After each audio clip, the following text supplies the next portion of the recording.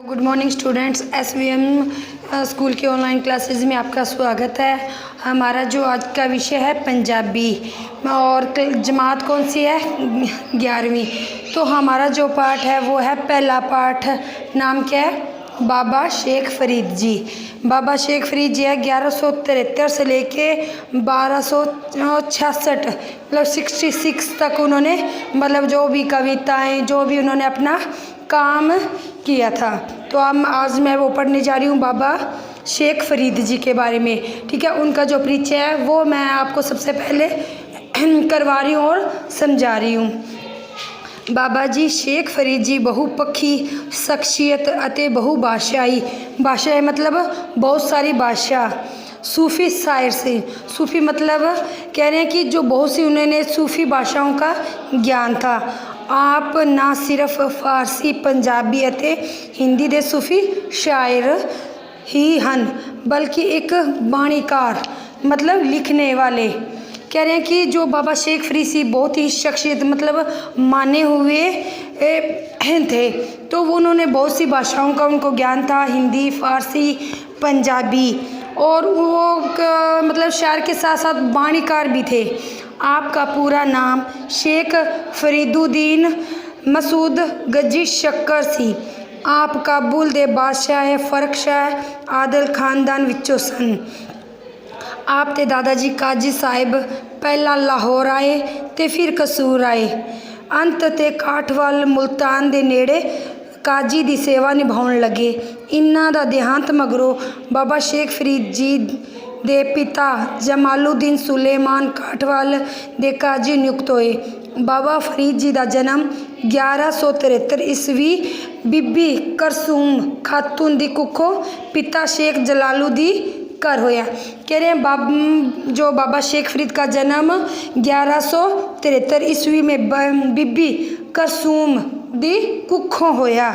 उनके पिता का क्या नाम था? जमालुद्दीन। बाबा फरीद जी ने स्थानक मदरसे विचों मुढ़ली शिक्षा प्राप्त की थी। क्या है कि पहले जो मतलब जो मस्जिद होते वहाँ पे क्या है वो शिक्षा उन्होंने जो भी अपनी मुढ़ली जो शिक्षा है मतलब जैसे हम शुरू से मतलब अपनी जो शुरू से क्लासें शुरू होती है तो वो होती है मुढ़ली शिक्षा उन्होंने मदरसों में प्राप्त की।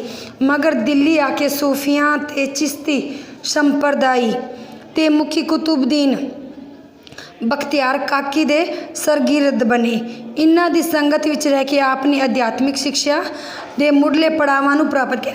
क्या है कि उन्होंने जब मुढ़ली शिक्षा तो वहाँ मदरसे में प्राप्त की, उसके बाद में वो दिल्ली आ गए।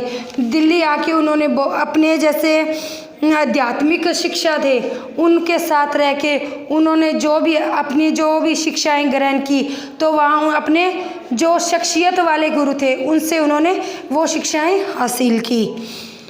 मुढ़ले पड़ावां नूं प्राप्त किया। इत्थे ग्रही आपके इस्लाम अते सूफी ग्रंथां दा अध्ययन किया। आप दी प्रतिभा अते प्राप्ति दे सन्मुख शेख कुतुबुद्दीन बख्तियार काकी 1233 ईस्वी विच आप अपनी गद्दी नूं बख्शीश कर दिती। फरीद जी अपने निघे सुभाव हलीमी ते मिठी जुबान करके लोकां विच हरमन प्यारे सन। कह रहे हैं कि जो बाबा शेख फरीद थे बड़े शांत स्वभाव के थे और मतलब वो उन्होंने क्या है इन मतलब अपने स्वभाव के कारण उन्होंने बहुत सी प्रसिद्धियां हासिल की। मिठी जुबान करके लोकां विच हरमन प्यारे हो गए। आप कुछ देर दिल्ली रहन मगरों हांसी जिला हिसार आ गए, फिर काठवाल ते उत्थों अयोध्यन मुल्तान दे नेड़े आके पक्के तौर ते वस गए। आप जी अध्यात्मक बख्शीश करके ये स्थान अजकल पाकपटन के नाम नाल प्रसिद्ध है। इत्थे 1266 ईस्वी विच आप दा देहांत हो गया। उनका जन्म तो 1173 ईस्वी में हुआ और उनका देहांत जो है 1266 ईस्वी में। उनके बीच में जो भी उन्होंने शिक्षा प्राप्त की उन्होंने जो भी कार्य किए वो क्या इन बीच में उन्होंने बहुत से अच्छे कार्य भी किए।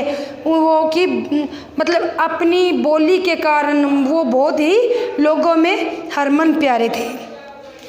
बाबा फरीद जी अरबी फारसी दे विद्वान सन और आप जी दियाँ साहित्यिक रचनावां फारसी वार्तक राहत अल कबूल सिराज उल ओलिया फ़ाइद उलोसी पंजाबी शब्द ਦੇ ਸ਼ਲੋਕ ਅਤੇ ਹਿੰਦੀਆਂ ਪਦੀਆਂ ਦੇ ਰੂਪ ਵਿੱਚ ਪ੍ਰਾਪਤ ਹਨ। ਆਪ ਦੇ ਸ਼ਬਦ ਤੇ ਸ਼ਲੋਕ ਸ਼੍ਰੀ ਗੁਰੂ ਗ੍ਰੰਥ ਸਾਹਿਬ ਜੀ ਵਿੱਚ ਸ਼ਾਮਿਲ ਕੀਤੇ। 4 ਸ਼ਬਦਾਂ ਵਿੱਚੋਂ 2 ਰਾਗ ਆਸਾ ਅਤੇ 2 ਰਾਗ ਸੂਹੀ ਵਿੱਚ ਅੰਕਿਤ ਕੀਤੇ ਗਏ ਹਨ। ਆਪ ਦੇ 112 ਸ਼ਲੋਕ ਸਨ ਤੇ 4 ਗੁਰੂ ਸਾਹਿਬਾਨ ਗੁਰੂ ਨਾਨਕ ਦੇਵ ਜੀ, ਗੁਰੂ ਅਮਰਦਾਸ ਜੀ, ਗੁਰੂ ਰਾਮਦਾਸ ਜੀ ਤੇ ਗੁਰੂ ਅਰਜਨ ਦੇਵ ਜੀ। 18 ਸ਼ਲੋਕ ਵੀ ਜੋੜੇ ਗਏ ਹਨ। ਇਹਨਾਂ ਦਾ ਪ੍ਰਯੋਜਨ ਫਰੀਦ ਜੀ ਦੇ ਪ੍ਰਸੰਗਾਂ ਨੂੰ ਨਿਸ਼ਚਿਤ ਤੇ ਨਿਰਧਾਰਿਤ ਪਰਿਪੇਖ ਪ੍ਰਦਾਨ ਕਰਤਾ ਹੈ। ਬਾਬਾ ਫਰੀਦ ਜੀ ਪੰਜਾਬੀ ਸੂਫੀ ਕਾਵਿਦਾਰਾਂ ਦੇ ਮੋਢੀ ਕਵੀ ਸਨ। ਆਪ ਦੀ ਲਹਿੰਦੀ ਪੰਜਾਬੀ ਸੂਫੀ ਕਾਵਿ ਰਚਨਾ ਕੀਤੀ। ਇਸ ਲਈ ਆਪ ਦੀ ਬਾਣੀ ਸੂਫੀ ਰਮਜ਼ਾਂ ਨੂੰ ਸਧਾਰਨ ਬੋਲ प्यार हमदर्दी भरपूर सदा ते सुच्चा जीवन ज्यों लिखा है। कह रहे हैं कि बाबा जी फरीद जी ने मतलब उनके बहुत ही नेक विचार थे। उन्होंने मतलब हमेशा खुद भी उन्होंने किया सादा जीवन व्यतीत किया और दूसरों को भी मतलब सादा जीवन व्यतीत करने की उन्होंने गल कही। कह रहे कि जो हम अपना सादा जीवन है वो हमारे लिए सब कुछ है। इस तरह आप दी बाणी चिरजीवी जीवन मूल्यों ਨੂੰ ਪ੍ਰਗਟਾਵਾ ਕਰਦੀ ਹੈ ਅਤੇ ਲੋਕਾਂ ਦੇ ਹਿੱਤ ਦੀ ਵਕਾਲਤ ਕਰਦੀ ਹੈ। ਇਸੇ ਕਰਕੇ ਸਧਾਰਨ ਪਾਠਕ ਸ਼ਰੋਤੇ ਦੀ ਮਨ ਉੱਤੇ ਡੂੰਘਾ ਪ੍ਰਭਾਵ ਪਾਉਂਦੀ ਹੈ। ਆਪ ਭਾਵੇਂ ਸ਼ਰੀਅਤ ਵਿੱਚ ਪ੍ਰੇਰਨਾ ਦਿੰਦੇ ਹਨ ਪਰੰਤੂ ਆਪ ਦੀ ਰਚਨਾ ਵਿੱਚ ਕਿਧਰੇ ਵੀ ਕੱਟੜਤਾ ਤੇ ਸੰਕੀਰਣਤਾ ਦਾ ਰੰਗ ਨਹੀਂ ਉਭਰਦਾ। ਆਪ ਦੀ ਬਾਣੀ ਮਾਨਵੀ या सहनशीलता नेक अमल प्रेम सरब सांझी कठिन साधना मार्ग जीवन उत्ते मौत दे यथार्थ नूं संचारित करन वालियां कदरां कीमतां रही नुमाई करदी हैं। तो बेटा वो अपना परिचय था। उसके बाद में अब आएगा श्लोक। मतलब बाबा जी फरीद जी ने जो श्लोक लिखा है जैसे पहला है बेड़ा बंदी न सकियो, बेड़ा बंदी न सकियो बंधन की वेला। बेड़ा क्या होता है? नाम सिमरन रूपी बेड़ा। मतलब जैसे अपने कोई भगवान का कहते हैं ना भी बेड़ा अपना पार हो जाएगा। अपने अगर भगवान का नाम लेंगे तो हमारा क्या है? बेड़ा पार हो जाएगा। भवि सरवर जब उछले, उछले मतलब ऊपर की ओर उछलना। तब तरनू, तरनू मतलब तर जाना। दुहेला हथू न लाई कसुंबड़े जाली फसी टोला। एक अधीने पतली सह केरे बोला दुद्धा बनी ना आवी फिरी होई न मिला। कहे फरीदू सहेलियो सहू अलसाई हंसू चलसी डूमना आई तनु टेरी न थीमी। जाली जासी मतलब जाली जाता है सड़ जाना। कसुंबड़े होते हैं पेड़े, कसुंबड़े नू हथ लाना। पतली क्या होता है? कमज़ोर। और उसके बाद मतलब केरे बोला, केरे बोला होता है निरादरी तो बचना मतलब गलत चीज़ से बचना। अलायसी क्या होता है? मतलब बुलाएगा, सदेगा। और हंसू, हंसू क्या होता है? जीवात्मा। डूमना मतलब दुचित्ता यानी डूमना। और तक्के क्या होता है बेटा? तक्के होता है मतलब किसी चीज़ को अपने को तकना मतलब देखना। तो क्या है? बेड़ा बंदी न सकियो बंधन की वेला परी सरवर जब उछले तब तरुण दोहिला। हथ न लाई कंसुंबड़े जली जासी टोला। एक दीने पतली सह करे बोला तुद बनी न आवी फिरी होई न मेला। कहे फरीदू सहेलियो सहू अलसाई हंसू चलसी डूमना ऐ तनु टेसी। कह रहे कि जिस मनुख नू माया नाल मन ही मिलाई रखिया है वो नाम रूपी बेड़ा त्याग कर देना चाहिए है। जिस उम्रे नाम रूपी बेड़ा त्यार ना कर सकीए जदों सरोवर विच नक्का नक्का भर जाता है उछलन लग पैंदा है इस तरह तरना औखा हो जाता है। ਜਦੋਂ ਮਨੁੱਖ ਵਿਕਾਰਾਂ ਅਤੇ ਅੰਤ ਕਰ ਦਿੰਦਾ ਹੈ ਤੇ ਉਸ ਦੇ ਚਮਕੇ ਵਿੱਚੋਂ ਨਿਕਲਣਾ ਔਖਾ ਹੋ ਜਾਂਦਾ ਹੈ। ਕਹਿ ਰਹੇ ਕਿ ਜੇ ਬੇੜਾ ਬੰਦੀ ਨਾ ਸਕਿਓ ਬੰਧਨ ਕੀ ਵੇਲਾ भरी सरोवर जब उछले तब उतरना दहला। कह रहे हैं कि जब नाम रूपी बेड़ा मतलब अपना पार हो जाए तो अपना क्या हर जो काम है वो क्या सिद्ध हो जाए।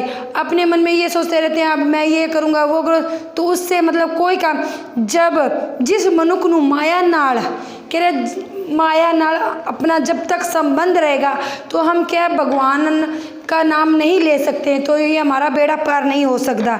जैसे कैसे नदी जब भर जाती है मतलब पानी का उछाल ऊपर तरफ ऊपर तब तक क्या है वो सही जगह नहीं पकड़ती, क्यों पानी ऊपर नीचे होता रहता है।